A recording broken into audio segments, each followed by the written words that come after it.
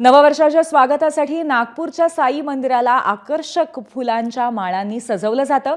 साई दर्शनासोबतच फुलांची सजावट बघण्यासाठी नागपूरकर साई मंदिराला भेट देतात। याचाच आढावा घेतलाय आमचे प्रतिनिधी तुषार कोहळे यांनी।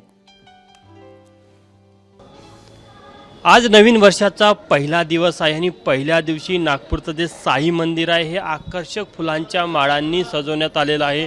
जर का बघितलं तुम्ही तर इथे जे दृश्य आपल्याला पाहायला मिळतं की वेगवेगळ्या आणि शेकडो प्रकारचे वेगवेगळ्या प्रकारचे हे फुलं इथे लावण्यात आलेली आहे।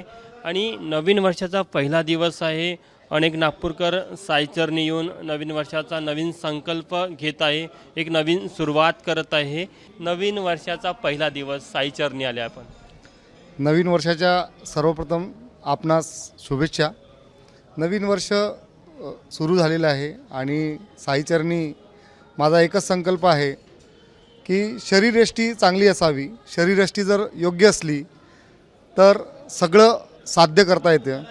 म्हणजे आयुष्याची सुरुवात जर मी तरी माझ्या आयुष्याची पहिली सुरुवात जवळपास 3 किलोमीटर दररोज वॉकिंग करणार हे ठरवून करणार आहे।